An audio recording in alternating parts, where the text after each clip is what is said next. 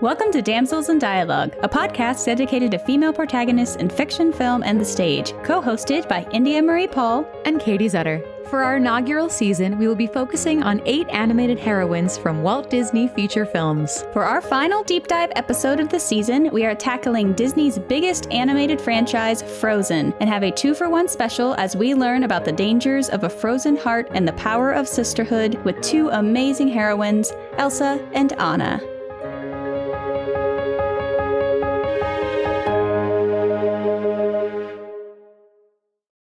Welcome to our final deep dive episode of the season. Yes! So exciting. We have a lot of stuff to go through. Not only do we have 2 characters, but we have the biggest animated film, the top 2 probably, animated film that Disney's ever made. And the first ever movie theater launch of a second installment. Exactly. The original Disney inspiration started in the 1940s. Right? He wanted to do this movie before they did Snow White. And That's the only crazy. reason they didn't is because, Walt Disney loved, it was one of his favorites. And the only reason they didn't is because they could not make it kid-friendly. Yeah, and it's Hans Christian Andersen's The Snow Queen, which was published in 1844 in his New Fairy Tales first volume. So Walt loved the story. After reading it, I'd never read it before.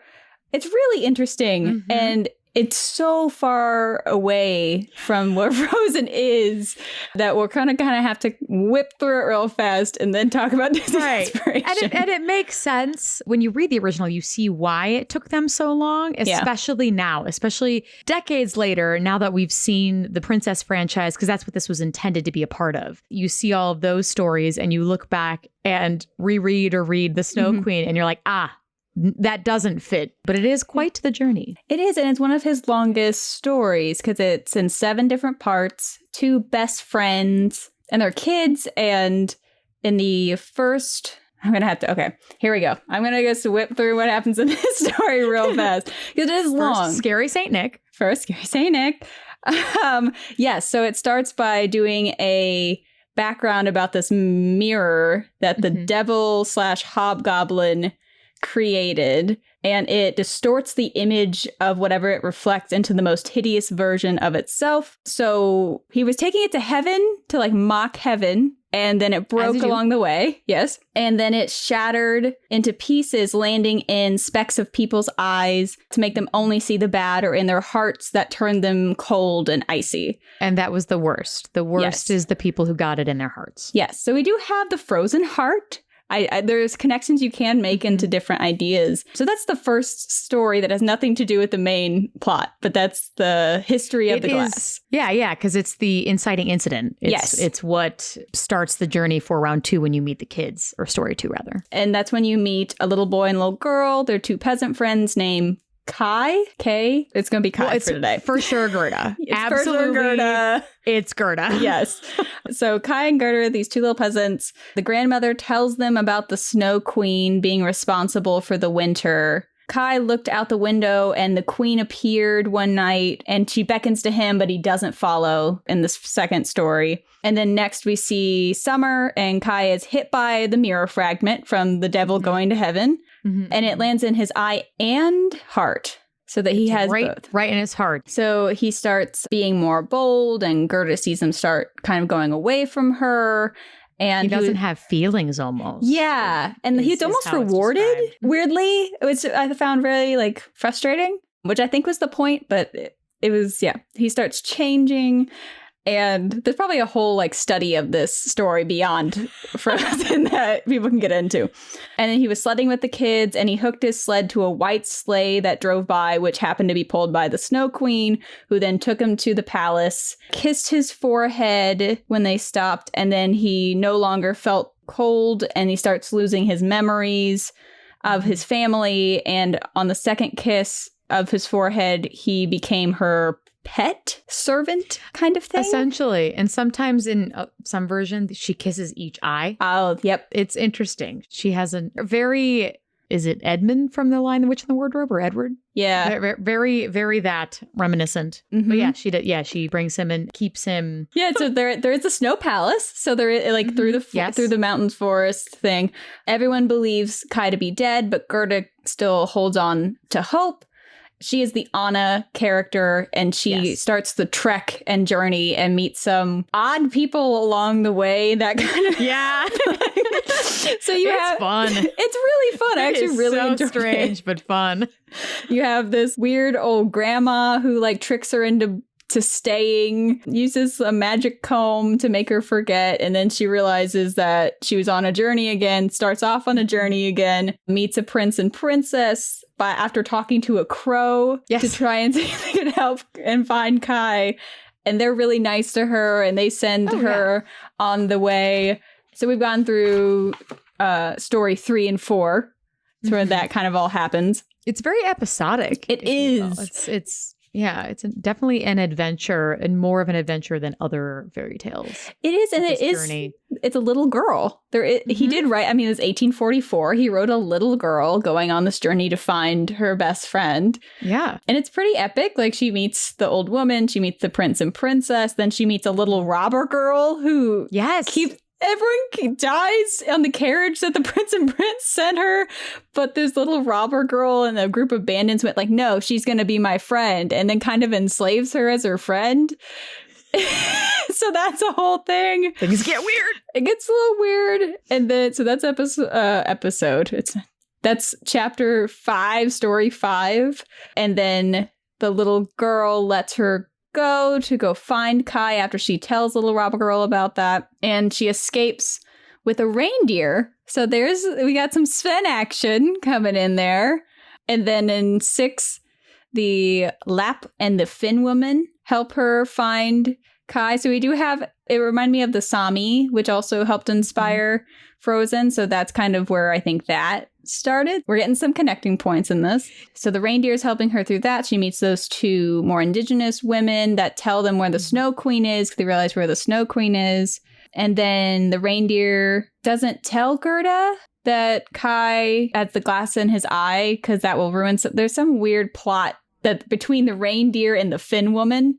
They have like a secret. I don't know why everyone talks to animals in it, but they have a secret. So the reindeer drops Gerda by the Snow Queen, but won't follow her. And I wrote this quote down that the Finn woman tells the reindeer, we mustn't tell her about this power, meaning the glass in the eye and the heart.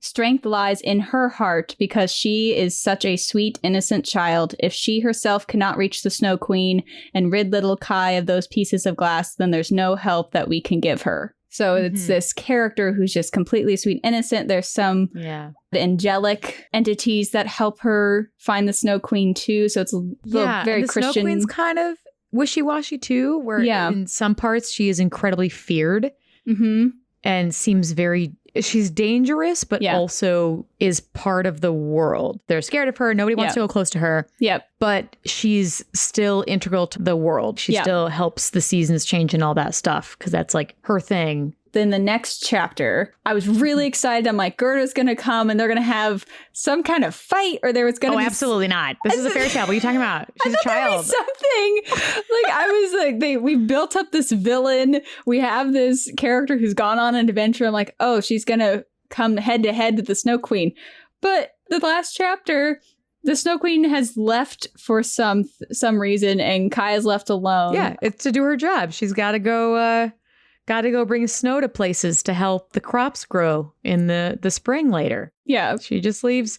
I think his point of the story was that she was strong enough to, I don't think she realized she did it either. Gerda was strong enough by being so strong of heart to remove the glass from Kai. I think that was the climax, but it was strange since the story is called The Snow Queen. Yeah. Not the Dark Mirror, you know? Yeah, that it felt weighted completely wrong. That she wasn't really a central force. She was the antagonist, but really it was the mirror. The mirror was the antagonist. Yeah. So it's a little misleading in the name.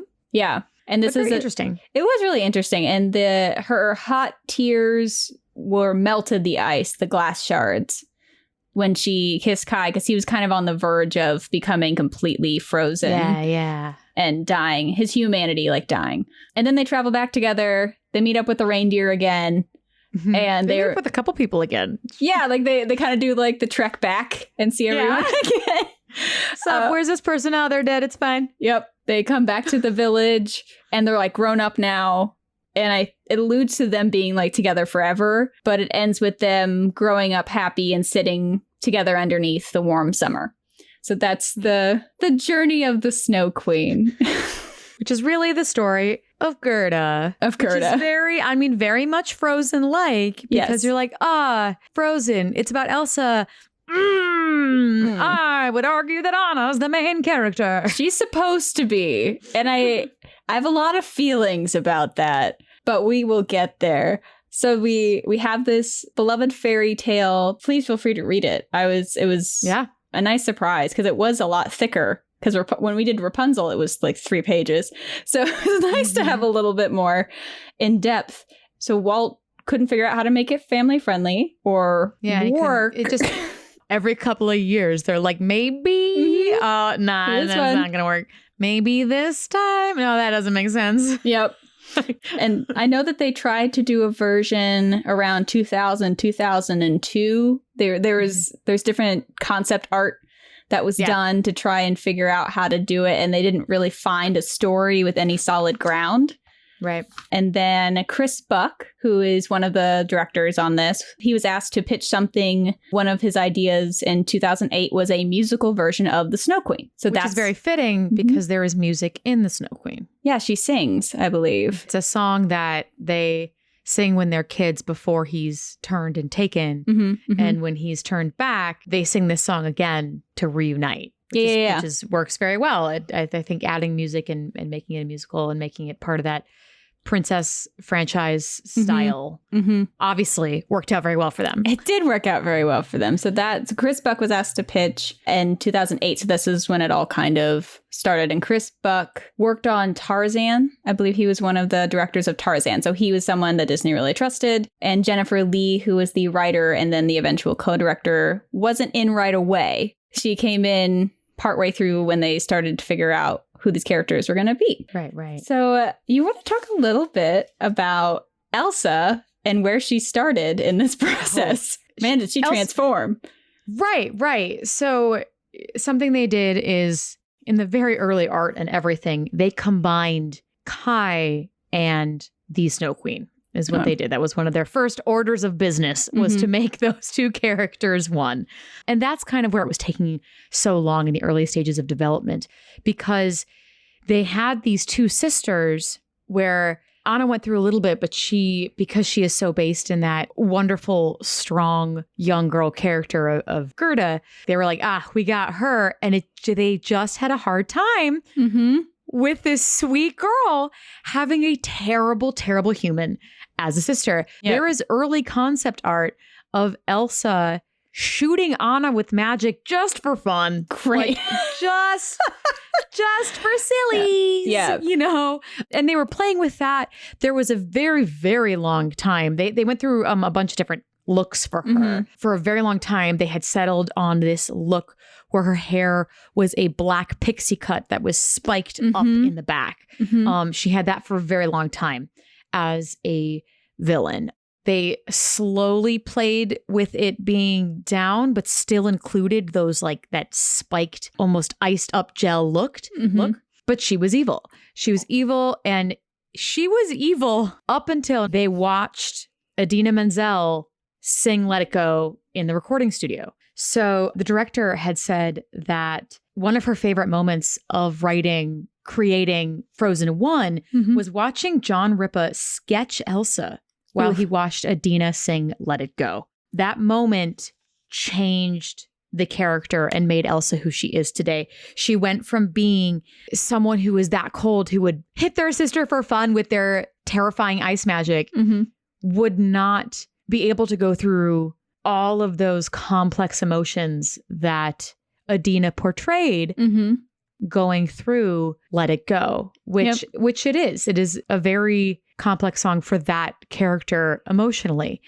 And so I think that is a really cool moment. I'm glad the director loved it as well. But yeah, I think she went through some of the most changes, and that was really when it clicked. They were like, oh, she's not the villain. She's kind of a villain. Yeah. But not intentionally. That she's someone who has no malicious intent. No.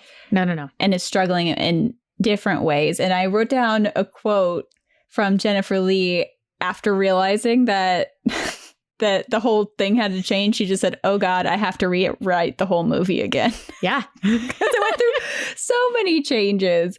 And what made this movie so amazing and why I think it spoke to a lot of people was Let It Go. I think it's a feeling of not being able to be yourself fully that really people embraced and understood. And one of the reasons why Elsa took over the movie was they gave her those powerful moments. And she gets magic. So there's like, they're layering. Doesn't want magic. They're layering so many things for her, even though Anna is the protagonist, she is the main character of the movie. And they went to set out to write an anti-Disney princess movie. This is one of the first movies that they were truly, truly focusing on telling a fairy tale for today's audience rather than just retelling the fairy tale. I think Rapunzel did a good job accomplishing that, but the focus was very, very specific in the development process of this, that they wanted to write something for today. So, I mean, they have so many jabs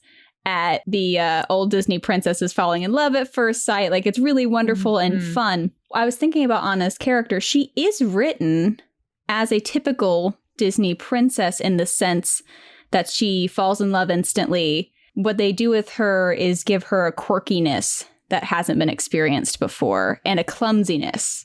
Well, they did. There was a lot of talk when she first came out where a couple like forums and things like that were upset because they thought that they had just copy and pasted Rapunzel onto Anna. I don't think they intentionally did it, but they are very similar. They are. And personality-wise. Yeah. And the humor is similar. Yeah. They behave very similarly. Their reactions are very similar.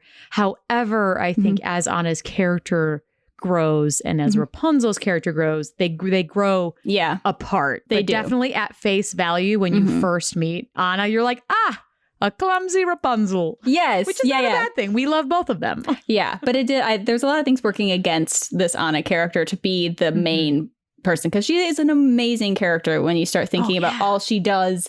She's incredible in the sense that she's incredible and flawed in the sense that she just goes forward in what she believes is right, but has no plan, has no no thought. She's going to talk to her sister. Yeah, and that's going to be fun. That's going to work.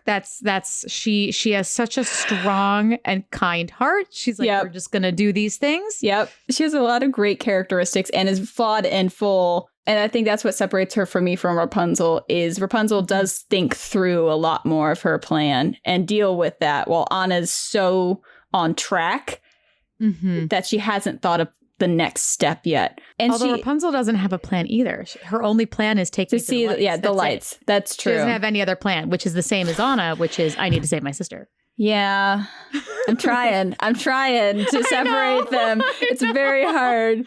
There's a horse in one and there's a reindeer in the other. Right. They do grow. Like I said, as we get into this, they will definitely become very different characters. Yes. Which is cool and something that we got to see with both of them. Yes. That it's nice that we got to see both their journeys because they are so wonderful. I'm jumping ahead of myself. You're fine. But when they're so they did start making... In the development, they started with Gerda, that they changed to Anna, and she was a peasant for a long time. It was a peasant going to the Snow Queen. At first, they weren't sisters, and then they realized that that's how they can make them need each other, because that was something they really were trying to make happen, because Kai wasn't a character. So they made them sisters. That makes it so successful. The fact that they were that sister relationship is so cool in this movie, and I think that was part of the reason why it was so successful. I do too. And what they did, similar to in the after hours of our Rapunzel's episode, we talk about the hot guy meeting. Yes. So this is similar. They had a sister summit where they brought together women in the studio who had sisters and had a huge discussion about what that relationship is. And I thought it was really interesting that Jennifer Lee is a younger sister, so she's the writer. Kristen Bell is the younger of two sisters. And Idina Menzel is the older of two sisters. So that you have both of the voice actors playing these characters were in their respective sibling rankings. Love it. Love it. It totally makes sense. And you can kind of feel that. I know Kristen Bell had a lot to do with the development of Anna because she wanted to create a character that would have reflected who she was as a kid. Because when she was a kid, she was clumsy, she was quirky and stumbling over her words and just wanting so badly to be involved with her sisters. And what she wanted to see was not some elegant, graceful character. Right. Which is what all of the characters were most likely when she was younger. Exactly. Like a lot of them were the Cinderellas, the Auroras.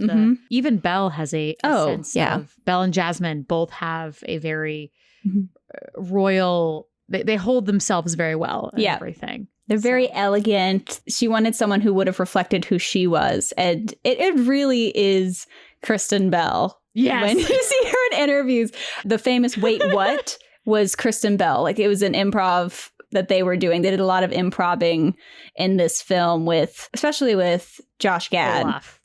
Well, not Josh. Josh Gad, Yes. But with Kristen too, they would let her kind of run and try different things. So she was really involved with the creation of this character. And I think that's what made Frozen 2 so powerful with Anna. Yes. Because they did give... It is very Rapunzel-esque in the first one. But when you see Kristen Bell, it just is Kristen Bell on screen. So... but it dives in. You dive into Anna more in Frozen 2. You get to know her more. Yeah. She gets to go on a little journey herself as well. It's... Anna's character development is probably my favorite of the series. I definitely agree with that. A fun fact about the movie is that Jennifer Lee is the first woman to direct a full-length Disney animated feature film.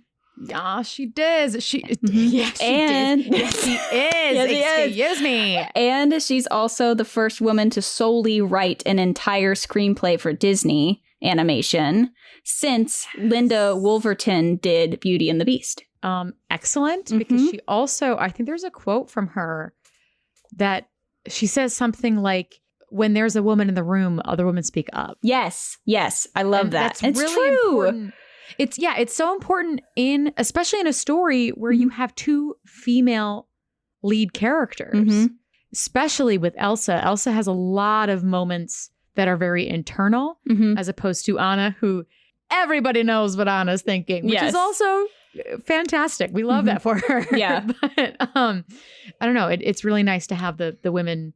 You can see more femininity in the movie. Yeah, and they were inspired by Norway and the Sami indigenous people, which you get more in the Frozen 2, but Kristoff's outfit and his reindeer connection comes from the Sami indigenous tribe in Norway.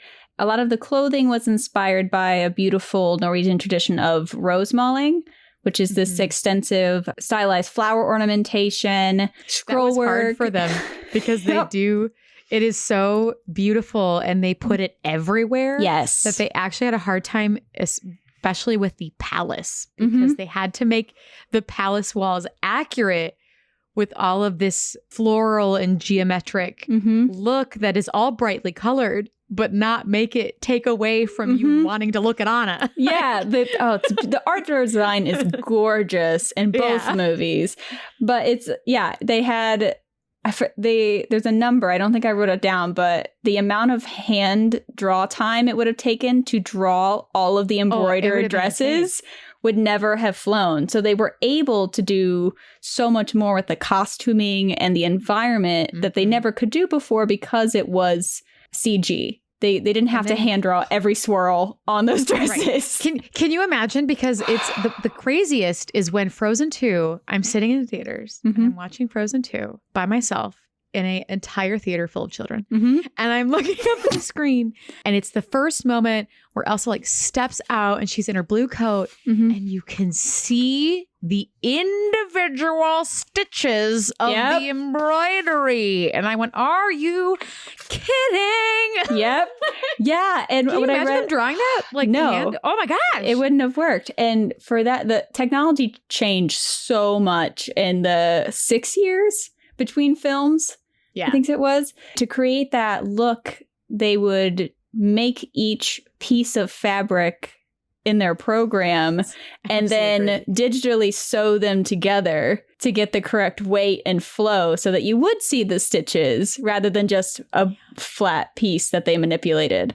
So, which is even different from the first movie. Because in the first movie, just speaking of costuming with the first one, specifically Elsa's cape, they wanted it to not make sense. They wanted it to look magical and stiff and ice-like, so that they purposely went away from what regular fabric would do with that cape, which does make it very magical, very sparkly, the way she whooshes it around. Also, I mean, once again, going back to the 3-year-old who does not want magic, who does not want a long flowing cape that can swirl around. I mean, I want one. I'm an adult. Like, so I'll take a cape any day.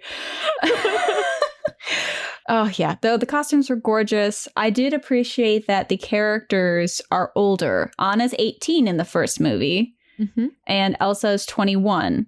Yes. So you also have a fairy tale story with adults. A lot of the Disney princesses lean toward 16 or under. So it was really nice to have adults in this film. And then they allowed them to be 3 years older in the second.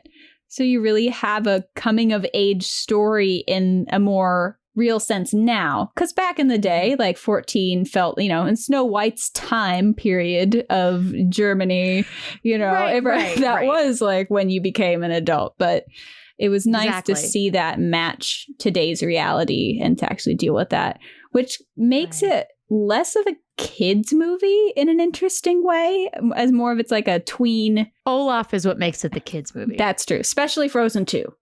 Frozen 2, it's like Olaf is for the children and everything else is an adult, complex, emotional journey. We'll get to Frozen 2, but I have thoughts about Olaf and Kristoff during Frozen 2. Like you had said before, Anna is still very much the classic princess type with a twist. Absolutely. Her clumsiness and here's a difference between Rapunzel and Rapunzel comes off as clumsy and innocent because she truly doesn't know any better. She doesn't know anything. She's never been in the world. So, and that's a big difference between them, is because Anna comes off as just clumsy, silly Anna. Like, that's like a real personality trait. Whereas with Rapunzel, once she learns, like you see in the TV show, you see her grow and change in that way. Yeah. And it was challenging for them to make, because Anna is the protagonist. She's the emotional heart of the story. Yes. Is what they mentioned. Because I think it was one of the story artists said, it's really hard compared to Tangled because the heroine has magical powers. So to make the character... It pulls you right there. Yeah. Yeah. To make the character who doesn't believe she is special, the actual main character, it was a really big challenge for them. And I don't know that they found it because Elsa really took over this franchise, but it was something that they were aware of how challenging it was to make this character who doesn't believe in herself. Right. They still made her the main character, but Elsa is the kid fan favorite. Yes. Unfortunately, even though she is not, the true protagonist of the story. Not that she's not important, obviously. No, she's still a main character in the story. Yeah. But it's hard to compete. But I do appreciate, I think they did succeed on making Anna a wonderful character to look up to, and you really felt for her. And I don't know about you, but as an adult, I appreciate Anna more than I appreciate Elsa. I still like Elsa, obviously. Yeah. And because I saw it when I was an adult. So like this was my first real big Disney princess movie as a full-fledged adult in college and after. And I agree. It felt much more like I was interested in Anna and her journey. And I'm like, wow, this girl has guts. Like she is going for it. And that Elsa was really interesting, but you do see the importance of like what Anna actually does in the story while Elsa runs away. But so Frozen 1 came out in 2013, and it opens with this beautiful yachting chant, which I adore. It is a traditional Norwegian song. I actually sang it in choir in college. So when I started hearing it, we're like the movie's opening and I'm like, I sang alto too for that song. Nah. Just ready to go. Like, I'm like panicking, looking around like, oh my gosh. Does anyone know? I know it. That opening for me had me tear up a bit because I'm like, we've already started stronger than some other movies that have been placed in kingdoms that have almost real backgrounds. Like, for example, this starting in Norway and having a traditional Norwegian song starting it. I'm like, you've already done better than some of these other movies that have taken place in places that reflect actual cultures. Yeah. I don't remember it was for Frozen 1 or Frozen 2, but they did get a contract signed with the indigenous people. I believe it was Frozen 1. Frozen 1. Cool. Because they already started helping them financially, I think, in Frozen 1. Well. So they built this connection with because there are still indigenous tribes of the Sami people in Norway. And there are actually two kinds. There are sea Sami and there are reindeer herding Sami. So that was really cool. They had meetings with them and they made sure that everything that they were doing was okayed by them. So that's a huge step for Disney to even think about that after things like Pocahontas and Mulan and like all these things that took from other cultures. I think it was really important. And the opening is also very unique because the opening song doesn't introduce us to the main two women. You get introduced to Kristoff with Frozen Heart. And I love the song Frozen Heart. And it's the theme, goes back to the Hans Christian Andersen. But beware the frozen heart. And then we move on to the young heroines. And building that sisterly relationship before they tear it down. Immediately tear it down. They actually almost cut Do You Want to Build a Snowman? That would have been rough. What were they thinking? Because they had the intro song of Frozen Heart. They're like, oh, we can't do two intro songs. And I'm like, if you cut that, how are you going to montage this? Like, I don't know how they montaged it without it. It's a beautiful montage of watching them both grow up in isolation from each other, which is great. And it's one of those songs that you start out and it's so cute and it's so fun. And then it gets so real. And I love that. That from a music standpoint and storytelling standpoint, that is brilliant. Because at the beginning of the song, you are seeing Anna do this like with her eyes and she's playing with her hair and she's running around the castle and you're learning about it and you're seeing her kind of miss her sister, but like she's also living her own life, enjoying to quickly turn on you and make you cry was brilliant musical storytelling. It was. You got to know both of the characters very quickly and efficiently, and you got the tragedy of the lost parents very quickly and efficiently. Music allows you to have the emotional impact without needing full scenes. So I thought you also got more weight to the parents and having that funeral. Yeah, that she didn't go to. She was too scared because her emotions were so strong that she had iced herself in a room. Yep. I think what kids and what adults really connected to with Elsa quicker than Anna, because Anna still has emotional moments. Like seeing her, that last verse of Do You Want to Build a Snowman is really beautiful. But what I think people jumped into on Elsa is this idea of feeling like part of you is wrong or part of you is dangerous, and the fear that comes from being different.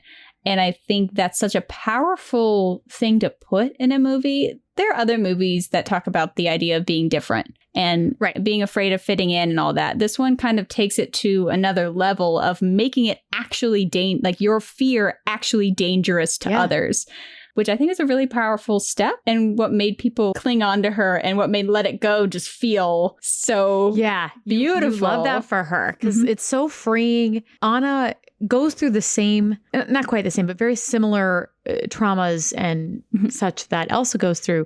But because Anna as a person, ice powers or no ice powers, is much more in tune with her feelings, is much more open about her feelings.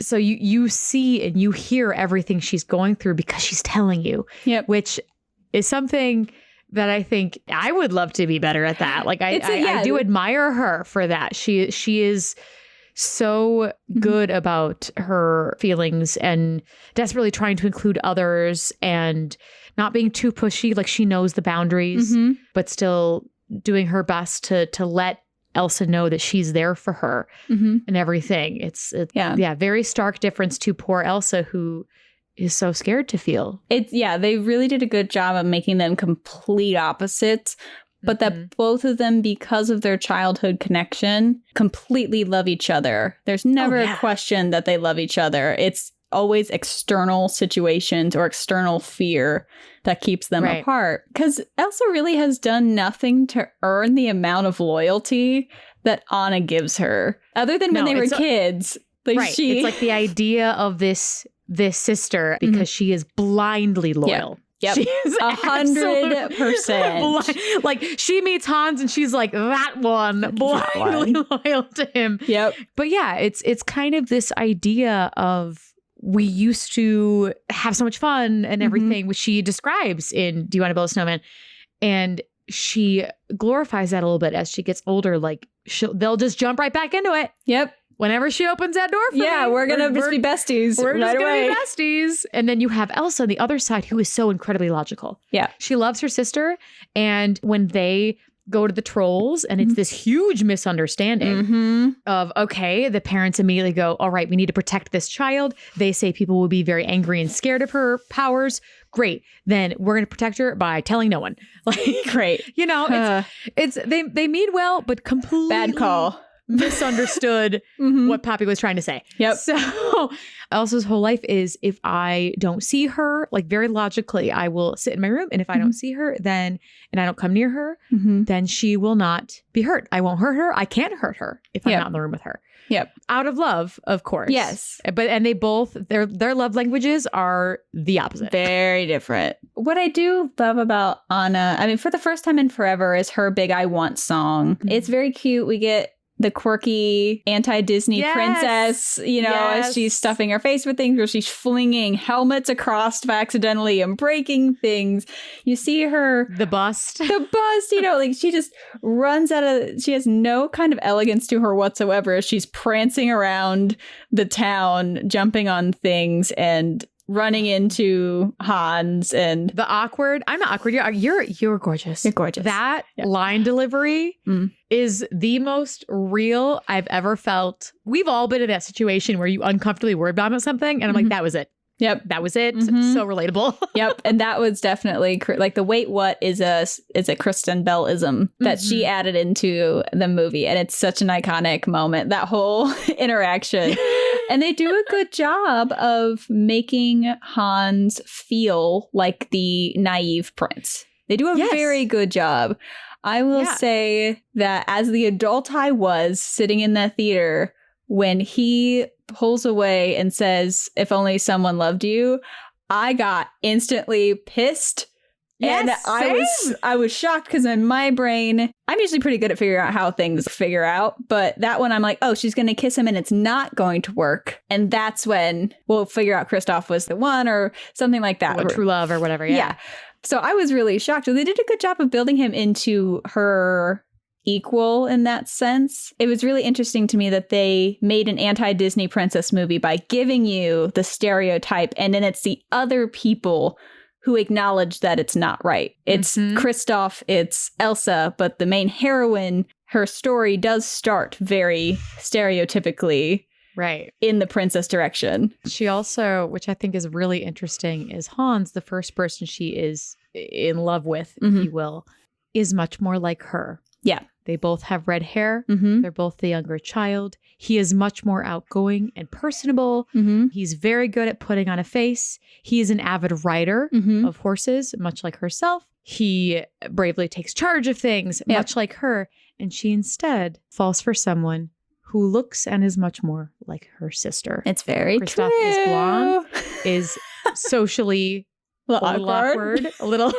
He prefers to be alone.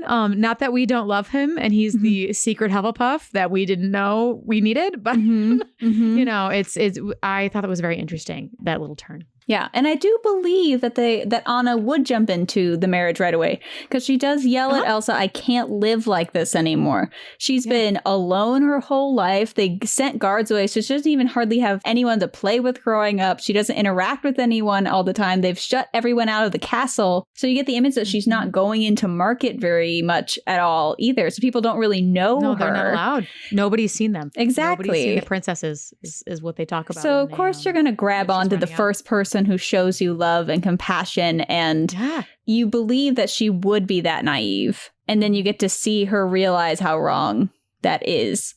It was very character driven and emotionally driven, which was appreciated. Something that I thought was really cool that came up in my notes that I was taking from the art of Frozen that I had not seen anywhere else is that John Ripa actually pitched the idea for the ending, the climactic moment at the end of Frozen 1. Paul Briggs, the head of the story, said it is one of the best sequences that has ever been pitched. And that was the moment when Anna sacrifices herself and dies for Elsa. That is what John Ripa, he pitched that.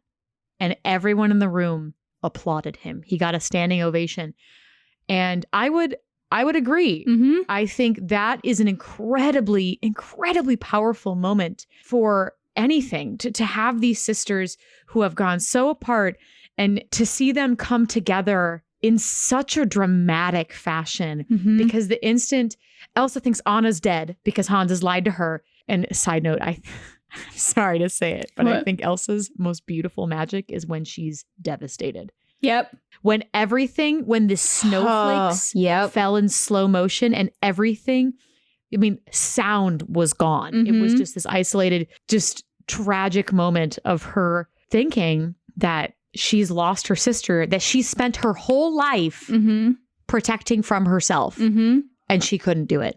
And so that moment, and then immediately after, to have Anna save her and die in front of her, which to Elsa is now the second time that she's thought her sister is dead.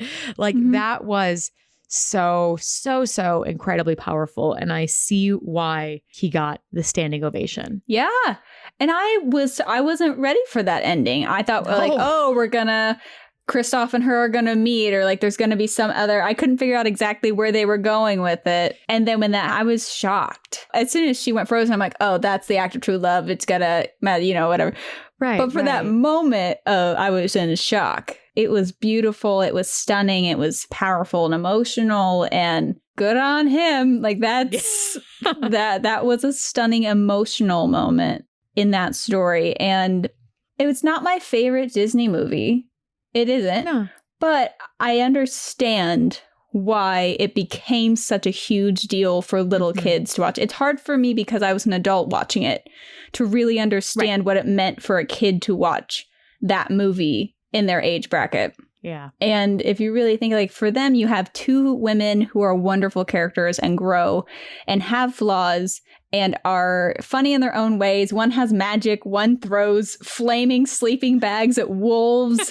Like, they look totally different too. So you can get the people who are like, oh, I'm a redhead. Oh, I'm a blonde. Yeah. You get those kinds of looks that is also appealing for kids being related to. As you had mentioned, like about Rapunzel, you connected with her because you had the same eye color. You know, all those little things matter. They do. Having all of the gowns. Anna has a bunch of outfits. Love it. And Elsa has really two main ones in this movie. Later, they have a million. But that's another thing that really sells. You have the silly snowman. You do. Which is it has the great one-liners.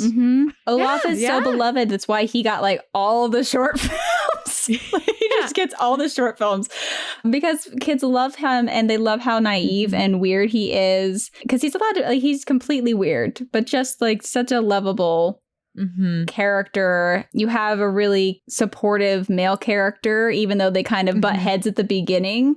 I love that. I love that he calls her out. That was a really fun moment to see, because not a lot of men in these stories overly contradict the princess or the main female character. Whereas Kristoff looks at her and is like, what? You're engaged to a man you just met? What? What's his last name? What's his foot size? Right. So many adult jokes. Yes.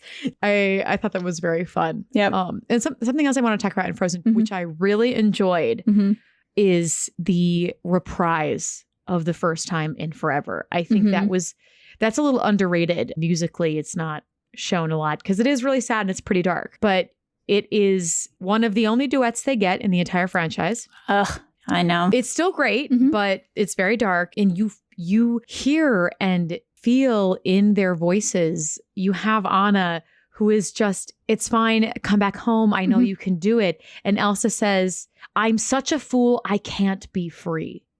So it's both of them at this point, because they haven't come together yet. They don't understand each other yet. They are digging their heels in on their own separate stances. And it isn't until later, that climactic moment in the film, where they realize that their love for each other is stronger than any of these other things that they think are in the way, which is great. I think it's beautiful. It's beautiful. And it all stems from a miscommunication about needing to hide who you are.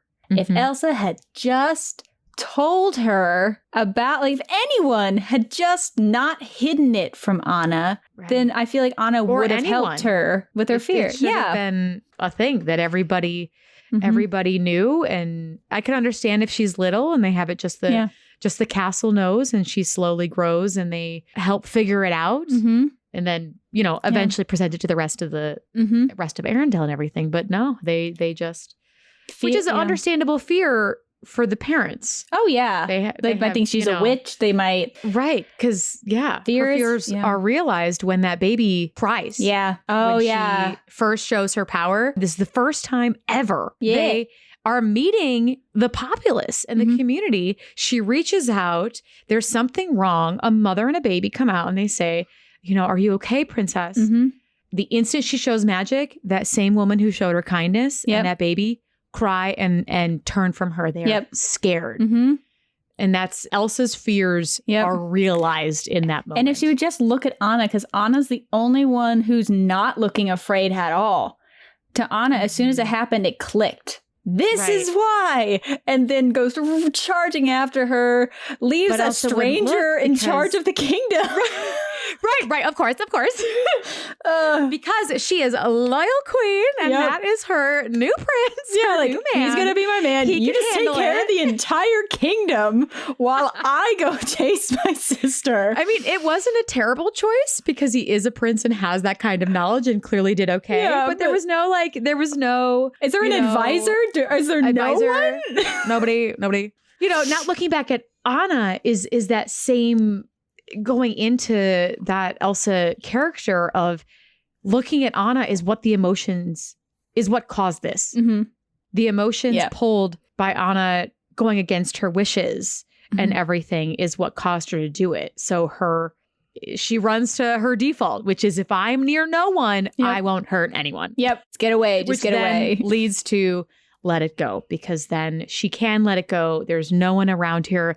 Funny how things seem so small when you're so high up and everything. Like she is so, you are excited for her, even though you know that this is not sustainable. What she's doing. It's a complex thing to put in a kid's movie where fear is a very powerful thing, and you see it really play out, and you see how trying to hide something can be dangerous about yourself, for yourself and others, and also running away from it doesn't fix it. No. So those are good lessons to put in a kid's movie.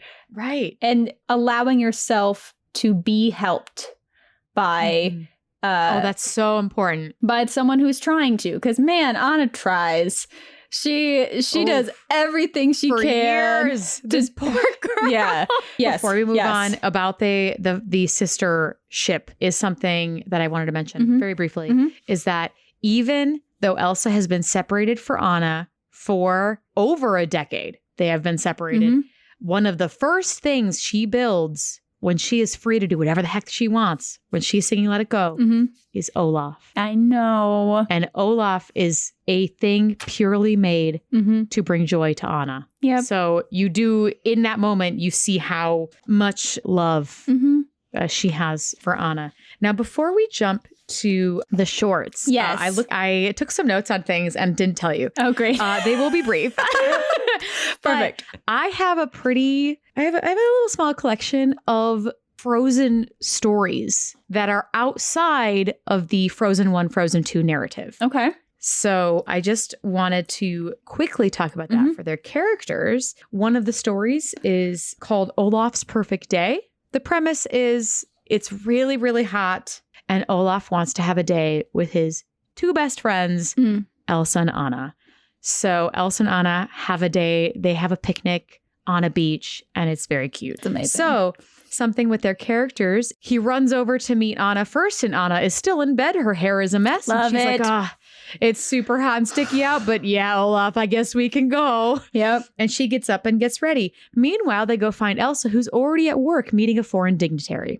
Fully up, ready to go, down to business. And that reminds you, she has been trained since birth to be queen. Yep.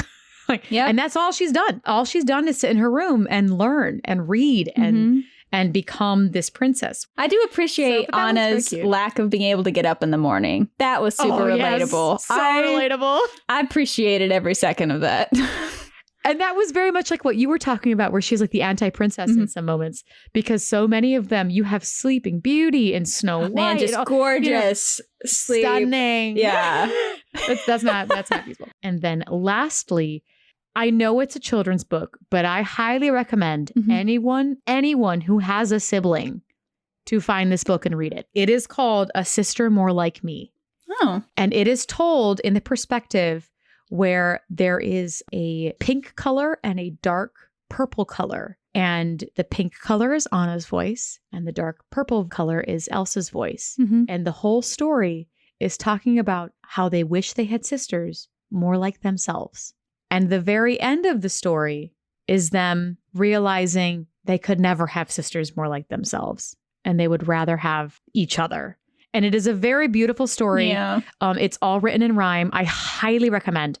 But just some little bits from this is you learn that Anna is an avid writer. She grows up writing in all weather. She is on her horse, and that is a hobby that she loves to do. Elsa, meanwhile, stayed in and read. Her favorite is math. So she is a very intelligent, book smart character. And then lastly, Elsa describes herself as prickly, and Anna describes her as poised, graceful, and smart. Oh. And at the end, Anna describes herself as stubborn, and then Elsa describes her as bold, fearless, and loving. I love that. Highly recommend. Yeah. It is a little tearjerker, but I just wanted to throw those things in there because they're not just rehashing the same content. They are going more in depth about the characters and really digging in and making them unique. And I wanted to share that with you. Oh, yeah, that's great. And there's so many extra stories being told about them that you don't get in the movies. And before we officially move on to, I wanted to mention the all-powerful moment when Anna punches Hans in the face. Yes. Because how satisfying. As the adult in the room. Cheers. Cheers. Complete cheers. Queen. Yes. And you get to see, because, I mean, Anna has tried to be physically capable, but she definitely isn't. Like, she trust falls off of a cliff because she couldn't really climb it. She couldn't climb it. You know, when it came to someone hurting her sister and her family, just straight up punches him in the face, which he completely deserved. I do not condone violence, but I did cheer when that happens. And then the last thing was before Kristoff kisses her, he says, "Can I kiss you?" He asks for consent in a very natural way. Yep. And then very sweet and awkward. Very sweet and awkward, but he does ask for consent before kissing her. And that's a little thing that I didn't really catch the first few times I watched it, but watching it with the eye on Anna's story this time, I went, that's good. That's really powerful to see, because it's not something that you can talk about consent, but until you see it, it can be hard for some people to really understand it in practice, unfortunately. So that was really powerful for me to see. So that was 2013. And then it exploded beyond anything that they ever expected. And then they came out with Frozen Fever in 2015? That was it was during the 2015 live action Cinderella. Yes. Is when that was the prequel to that, which was very, very cute. Making Today a Perfect Day is such a stinking cute song. Very cute. You see Elsa really trying to do something for Anna because Anna does so much for everyone else. So it's really sweet to see them do everything they can. And you get back some old characters you love without it being too forced. Yeah. It felt like just like a slice of a day, like a special day, but it wasn't an expansive journey. It was just a moment in time. And they got the inspiration for the strings tied to presents because that's something that Chris Buck's family did at Easter, I think. I think so, yeah. Everyone comes back for everything on this. I feel like they're contracted now, like you are Elsa and you are Anna and you are Kristoff. But I feel like all of them really connected to their characters. So it was something that they've been happily jumping back into. But it was after Frozen Fever that the two directors, Jennifer Lee and Chris Buck, started realizing that they weren't done with these sisters because they were not planning on it. Even after it was a huge success, they weren't planning on it. But it was after Frozen Fever that they went, we miss them. There's more story to tell. And so they pretty much asked, hey, we're thinking about doing a second one. They didn't have a full plot. They didn't have anything. And the studio just said, everyone was like, yes, go. Do it. Like no plan, just greenlit. Go. Right. And before we jump to the plethora of small films, Frozen Fever, something for Anna's character that you don't get with other princesses is you don't get as much of the falling in love as you do with Kristoff and Anna for these little shorts, which I was surprised about, that they would add so much character growth in these shorts because in Making Today a Perfect Day is the first time that Kristoff says, I love you. It's so cute. And it like throws him off. Yeah. He's like, I love him, but I do. Like, it's like, it's, it's like, it's one of those things where he was like so excited about it and then was like, oh, did I say that out loud? Yep. I mean, I'm not wrong. And that was really cool for Anna because she also accepts it and is kind of getting that life and moment that she wanted, which helps lead up to Frozen 2. All of these little stories help make the opening number of Frozen 2 make sense of everything. For the past couple years, she has had the life she's always wanted. Yeah. So unless there's anything else about Frozen Fever, we can... No, that was kind of the big one that had some character development in it. Then you had Olaf's Frozen Adventure in 2017, which is all about Olaf, and it was very cute. But it does talk a lot about the princess's past. It does. I did want to talk about. Yeah. Because you do see a very human moment from Elsa and Anna. But there's one thing where she's joking about, Anna's opened her childhood crate and there's all this schmutz in it and there's toys and costumes. And Elsa's like, no, mine's all gloves. And Anna's like, nah, that can't be true. Yeah. Because I don't think as much as they understand each other, I don't think until that point, Anna realized how isolated Elsa really was. Yeah. Because up until that point, it was a choice, which it was. Like, it was partially a choice.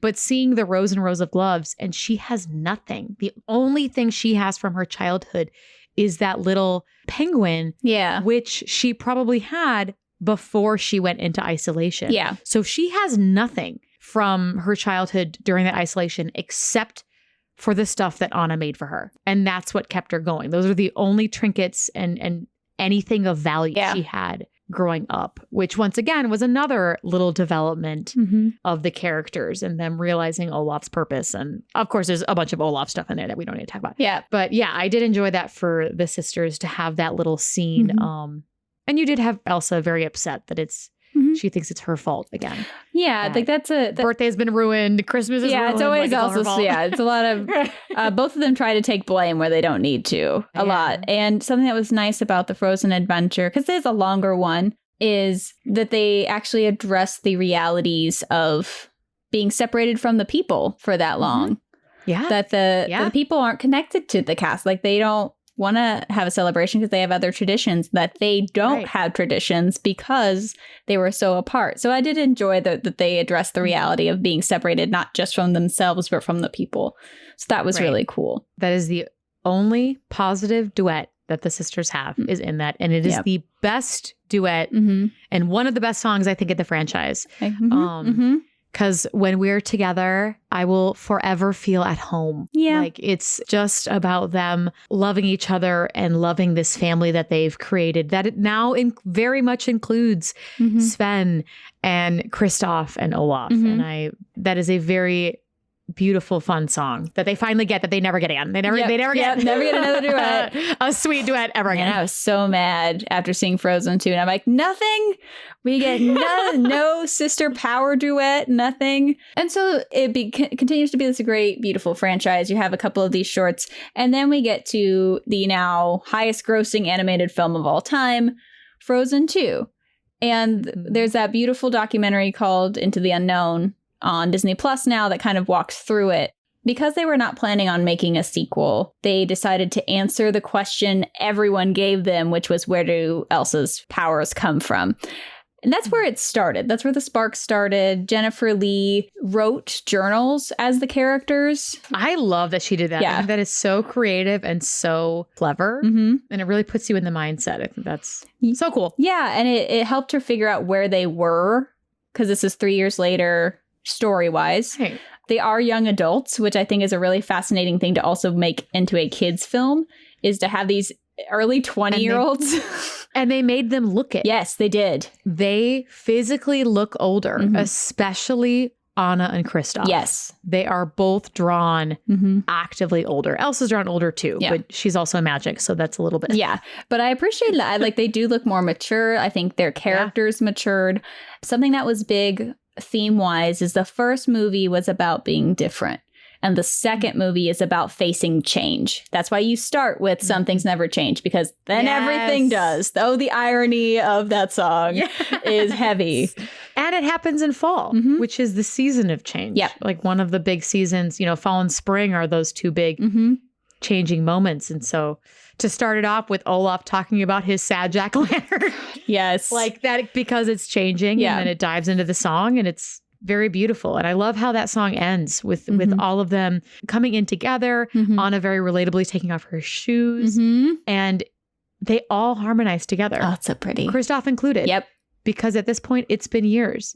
They are truly family now. You get the impression that Kristoff and Sven live in the castle as well. Yeah. It's they are all a cohesive family unit, and you love that for Anna, and that's everything she's wanted. Yeah. Especially with that opening scene where you see Anna has always wanted to be loved and get married, whereas Elsa's looking for something a little different. Yeah, and something that hit me with Anna's story, I think Chris Buck said in an interview, don't come at me if you did not, but it's Anna in the first movie had everything to gain.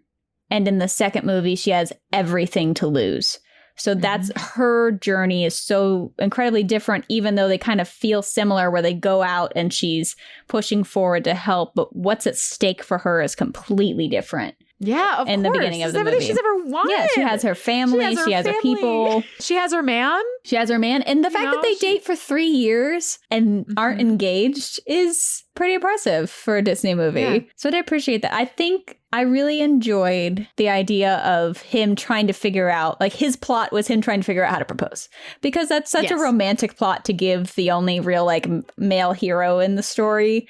Yeah. And he's so socially awkward as a human that it felt very relatable. And I think it's something that's not seen as much because you always hear after how nervous the men are when they propose, or the silly things they do, but rarely do you see it in mass media for children. Yes. Of a very strong, manly man, struggling with his feelings and desperately wanting to do good for her. Yes. So it was very cute. It was very cute. Yeah, it was really cute. And I think it took a little bit too much time, but just because they were trying to build an entire mythology into this movie, and there's a lot of plot holes, and I have a lot of questions that will never get answered.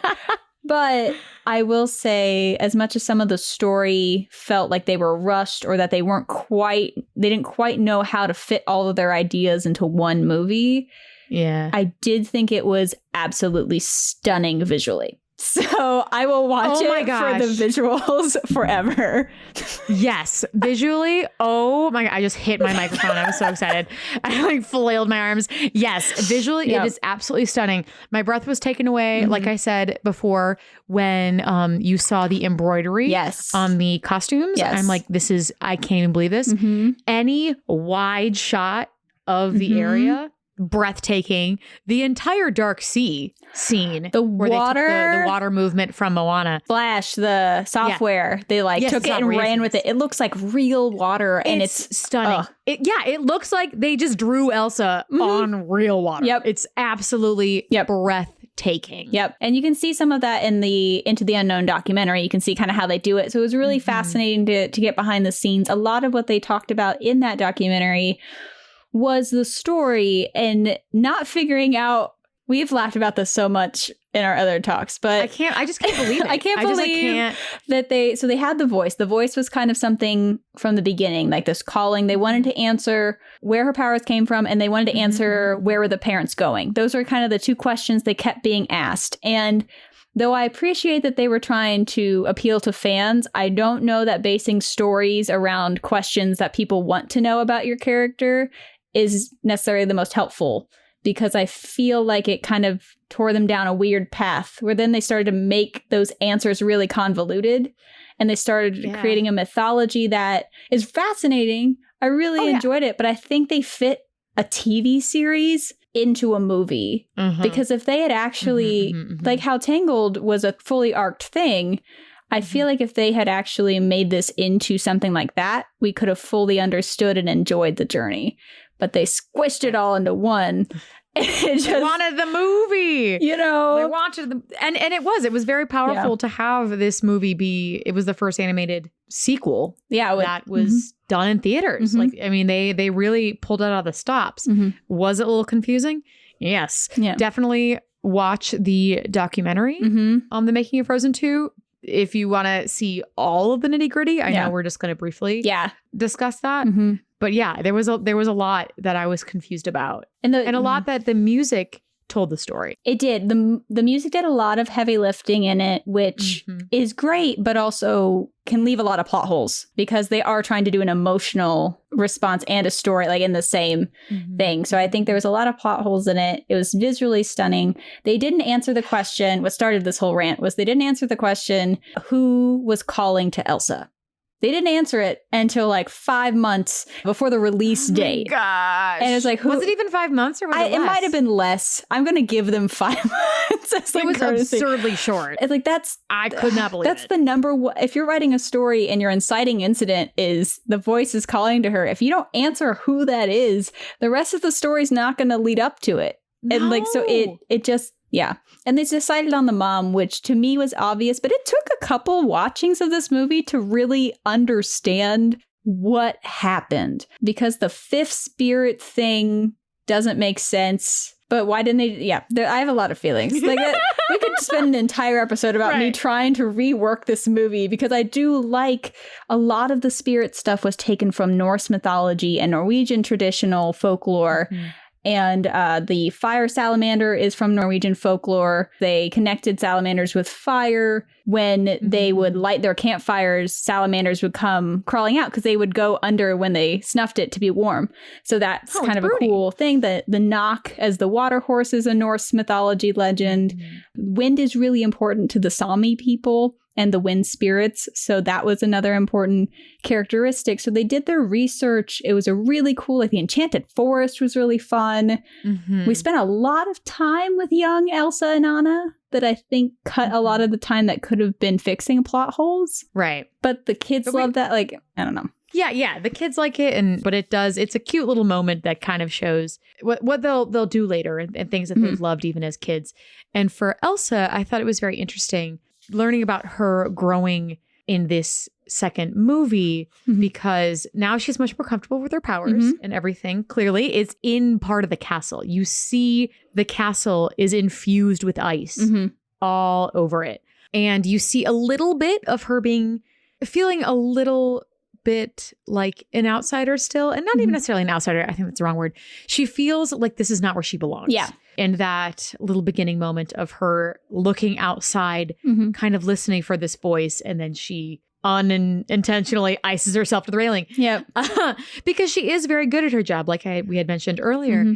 Anna thinks with her heart. Elsa thinks with her brains, and is very like, this makes sense. This goes next, which is why later, after she sings and has this moment of like, you know, are you calling to me? She sings into the unknown in the middle of the night, getting a little bit of a release, kind of very Let It Go-esque of this new adventure. And she doesn't tell Anna she can't come because, no, I don't want you there. Yeah. It's a logical, you don't have your powers to help you. I do. I can go do it myself, and I'll be back for lunch. Like, it's not a malicious. No, it's not a malicious thought. And Anna is right in saying, well, I went up the mountain and I had no powers, and all of the I saved it. Like, saved you from my ex-boyfriend. So I'm coming. Like, there's good. You see them argue, but not in a disrespectful way, which is really interesting. You still see their central flaws coming out and clashing. Anna builds to she is much more mature, less naive, just as brave. Oh yeah, like if more so, she gets more courageous. I think just throws herself to the rock giants. She does. Her moral point for Elsa is really helpful, I think, to her to keep Elsa from going too far. She is so in love with her people and her city and her family. And they did a really good job of showing that she should have been queen, that her love for her people and Arendelle and doing what is right and making the hard decisions for the people is exactly what a queen should be. Right. And they do that visually too. In this movie, they really dug into Arendelle's symbols and everything she wears in her color palette. Yes. There's wheat everywhere, kind of in her accessories. That feels very her hair. Yes. For the opening number. Yeah. So they really built visually that she belonged in Arendelle. Whereas Elsa has an entirely different motif. She has an ice motif in all of her outfits. After Frozen 1, if Elsa said, I'm going to go live with the Asami people, Anna would have been like, hell no. But because of the events of Frozen 2 and because of her moment, the next right thing and everything, she realizes she does not need Elsa. She does not need, and not in a bad way, but that she can stand on her own 2 feet. Yes. And that is really, for an adult, I think is a very powerful moment. A lot of the emotional journeys in this movie felt adult to me. It felt like it was a very grown-up movie, and that's why Olaf was thrown in for random things. You needed Olaf and Kristoff. You needed Kristoff's little plot line, and you needed Olaf being ridiculous to make this a kid's movie. And Lee spoke about having to do the next right thing as a moment because it was dark and it was emotionally powerful. And she spent a lot of time talking to Kristen Bell about her own depression, Kristen's own depression journey, because Kristen Bell is seen as a very bright, joyous figure as a celebrity and as a human being. But she has talked about her struggles with depression too. So she also infused a lot of that into this story, which you can tell, like her singing it is absolutely heartbreaking. It's so powerful. It is beautifully done. Yeah. It's gorgeous. And everything that's written for Anna has to then earn her that moment. And it was really hard to watch. Like, she realizes that her last remaining blood family is dead, essentially. Like, you don't expect them to come back. Fully accepts it. She's dead. Like, it has to get, and seeing her pick herself off of the floor of and her other best friend died in her arms. Yes, that Olaf died in her arms. Kristoff's off somewhere that she had to leave him to follow Elsa, which probably was a really hard decision to. I'd be really upset if my significant other left me in the middle of an enchanted wood. Yeah, you feel for Kristoff when he sings. Yeah. Like, but that she has to go through all of that and has this really powerful moment. And I'm not a huge fan of the mantra, do the next right thing. It doesn't flow very well. But the idea of giving kids a mantra like that is really big. Like, that gives them something to latch on to. It was very reminiscent for me of Joy in Inside Out being in the pit, where you literally have joy represented in a dark pit and finding the way out. So it gives kids a way to talk about what's happening. It gives kids a mantra to try and just get up after being kicked down. So it's a really beautiful moment. It's one of the most powerful emotional songs in the movie. It's what Anna gets. And that's why she's also kind of overshadowed in this movie, because the two standing on a rooftop. Elsa gets two. She gets a bunch of dresses in this one. Once again, Elsa gets a bunch of dresses. And transforms again. You know, so like she's also overshadowed. It's hard to compete. It is. You can't, like, if you can't, kids are don't want to sing "Do the Next Right Thing" from a rooftop. That's just not going to happen. No. So she doesn't get that, which I was very disappointed in, because she is such an amazing character in this. She is the rock. She is the emotional support and the solid character. She makes the hardest decision of the entire movie. She chooses to flood her kingdom. Like, that's her home. And does it because it's the right thing to do, because her ancestors. And this is a very adult and very relevant theme when you think about the idea of Anna choosing to make up for the colonization and destruction of the indigenous people while she's mourning the loss of half of her family. Yeah, like it's a lot. It's a lot of stuff. She is a pretty amazing character and a pretty amazing hero in this story. Oh, absolutely. Just self-sacrificing, just having rock giants chase her. And she gets these guards who don't want her to break the dam to listen to her. Like, so she does that queen, like that was for me, her queen moment was when she stood in front of them and convinced them to follow her. Like that's, I would agree. And she was the queen at that point. Elsa was dead. She says the queen's fallen. She's given the ultimate. Yeah.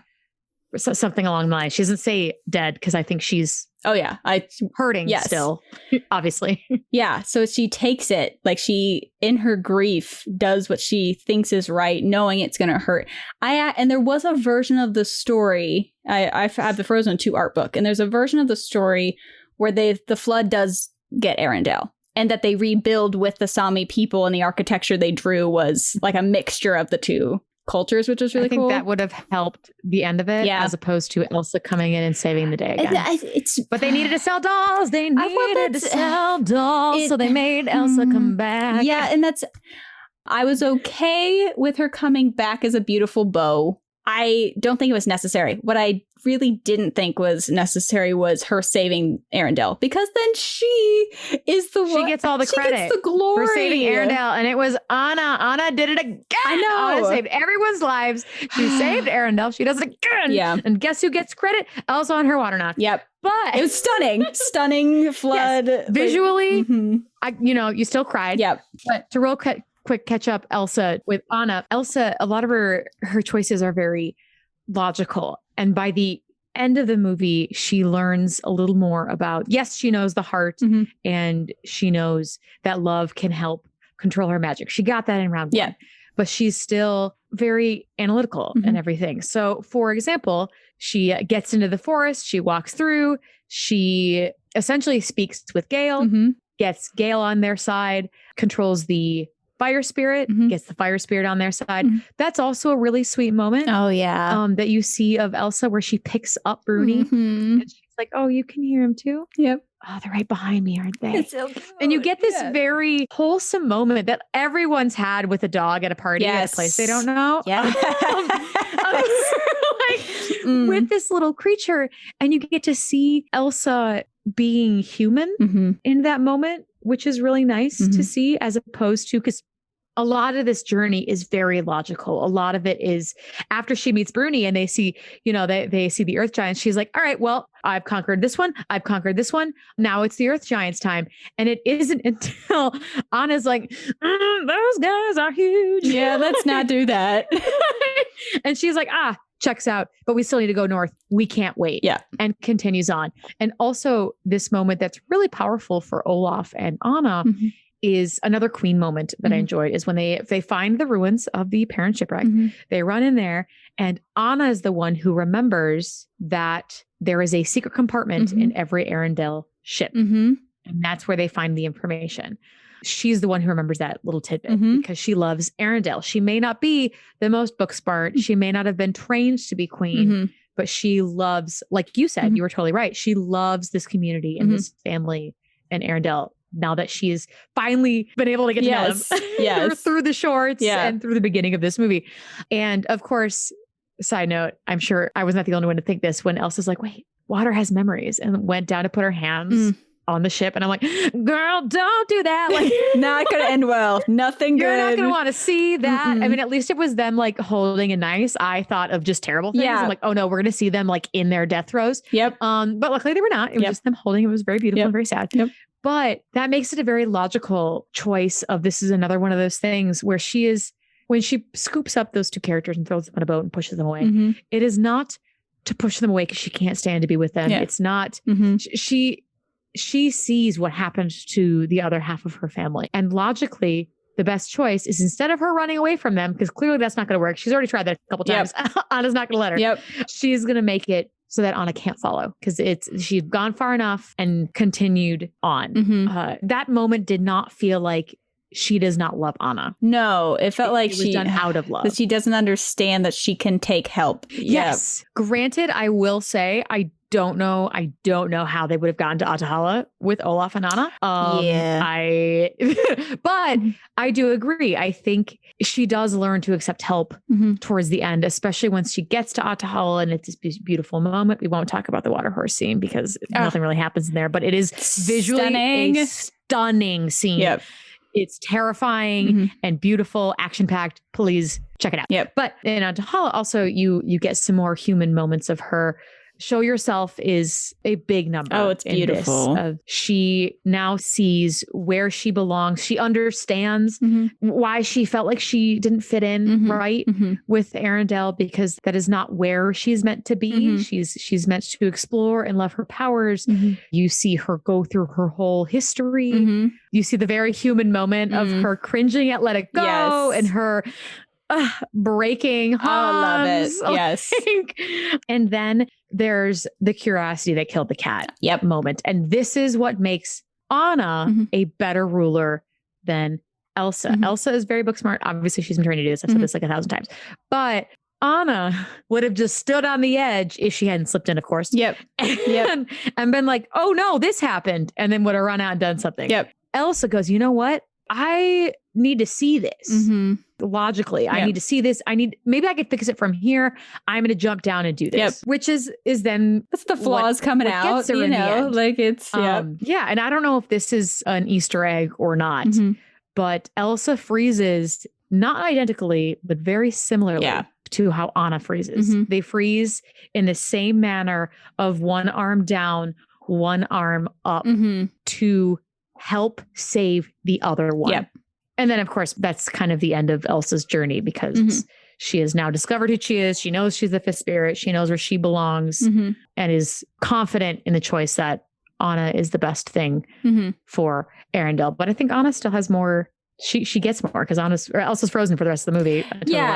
She does then get the big hero moment where she gets the rock thrown. This was one of the first, if not the first, princess movie for sure, but one of the first animated movies to be released after the Me Too movement blew up in 2017 and after the Time's Up movement in 2018. So not only in the first movie were they really focused on writing a story that was anti-Disney princess and with a more feminist thinking story in mind and for the audience of today, but then there's this added breakthrough with Time's Up and Me Too. And so you do get some of the lines that I appreciate. I really appreciate the lines. I think they were worded too bluntly, which really upset me. It felt like they were added as buzzwords instead of flowed. And I liked the "What do you need?" That was great. I think that was beautifully done. But definitely the Kristoff, my love is not fragile. I'm like, would Kristoff say that? In this moment, I know you could work to it, but like, I think Anna needed like a line before it, and then there needed to be a little bit more of a discussion before he said that line. Still loved it. Still, there was definitely a moment of like, because it doesn't, that line, which I understand and you understand, isn't common enough for like a kid to really understand what that even means. So I think what they needed was a couple lines before it that led and helped explain what that even meant. You know, maybe that's what like bothered me about it. But I like that they put those in there. It kind of feeds into you can't marry a man you first met, like one-liners that they're throwing in. Right. But I do think it was interesting that those showed up in the film. And I think it was very much a response to the events of our society around it. Yeah. And yeah, then you have Anna. Anna's honest reaction of crying, because they make so many Disney princesses cry beautifully. Oh, yeah. They're thrown delicately on something. Yeah. Always understandable crying. Oh, yeah. They all go through a lot of shit, you know, but Anna's real crying is super powerful and really funny, and it kind of breaks that tension, and you have to realize that she's gone through a full roller coaster of now starting to have her grief. They talk about the fact that Elsa and Anna are both the fifth spirit, but that does not read.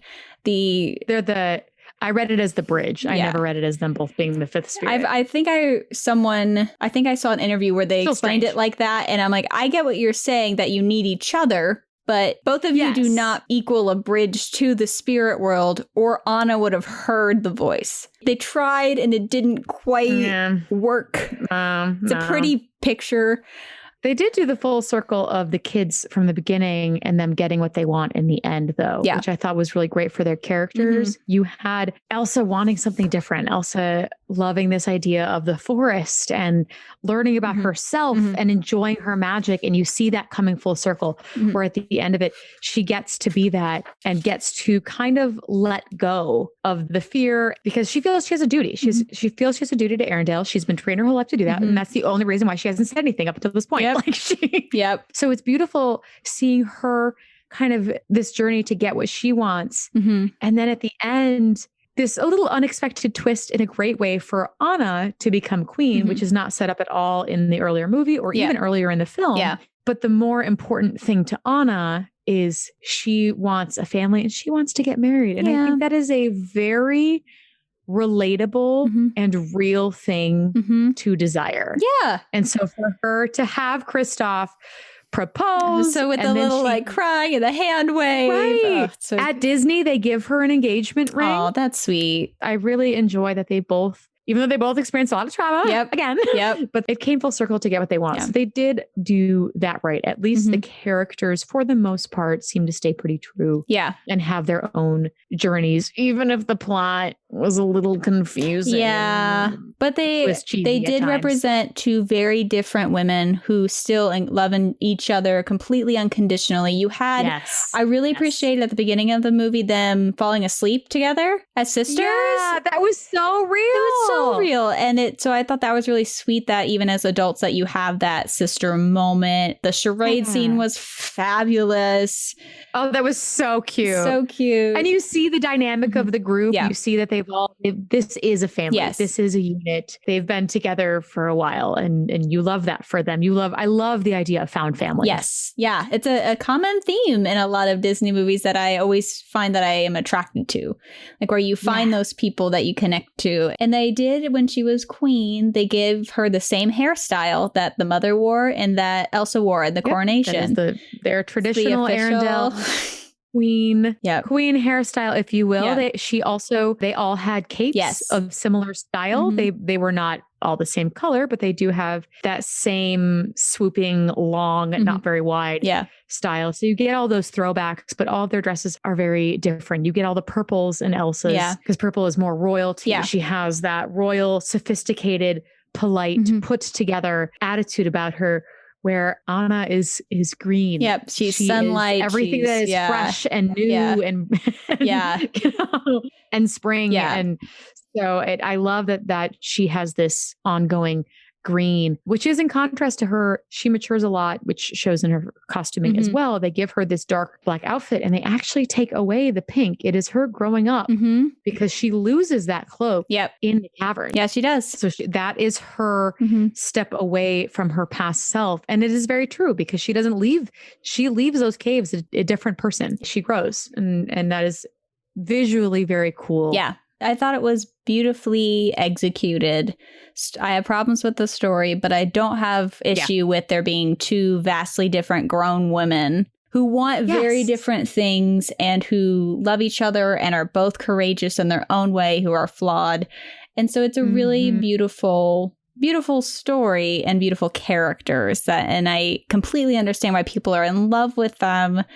I can understand why it exploded to what it is today. And I am interested to see where Disney goes now. Yeah. Because they have an upcoming... Raya comes out in March. I could not be more excited. I'm so excited. I feel like they're starting to actually implement the changes in female storytelling that has been necessary. And it kind of started at the beginning of the thousands. And I think it's developing. And even in the late 90s, you started to get some of these more independent women. And yeah. Oh, absolutely.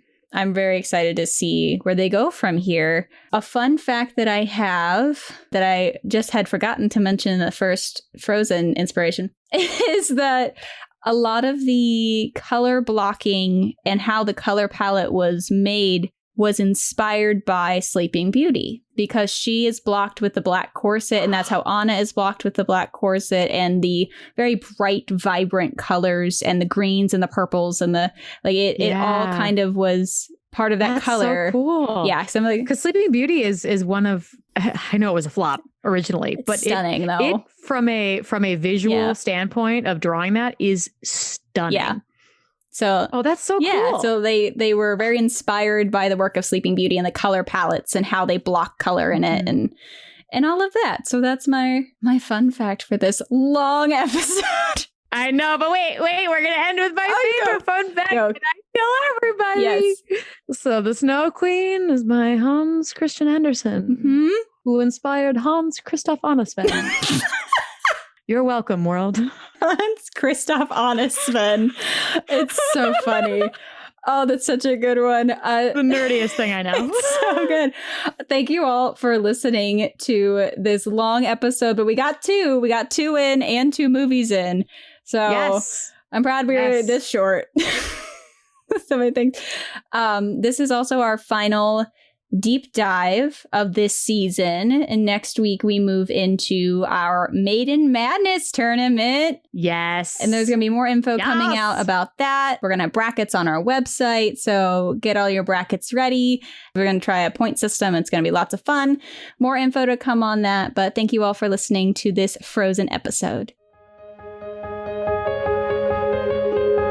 Thank you so much for joining us for this episode of Damsels in Dialogue. Tune in next week as we begin our season finale special, Maiden Madness. This March Madness-style tournament puts 33 Disney and Pixar damsels to the test to find out who will be crowned top animated heroine. If you enjoyed listening today, we'd love to have you subscribe to this podcast, leave a review on Apple Podcasts, and share with friends. If you really enjoyed our discussion, you can find more behind-the-scenes content, peek at our research notes, and even entire bonus episodes on Patreon. Each month, we release a full after-hours episode where we discuss the movies we cover in each episode, unfiltered and unrestrained, along with behind-the-scenes extras and notes. You can reach us on social media. Links to all our platforms can be found in our bio. On those platforms and on our website at damselsanddialogue.podbean.com, you will find information and brackets for our upcoming Maiden Madness. Reach out and let us know who you think will emerge as our champion. Until next time, this has been Damsels in Dialogue. Have a nice day.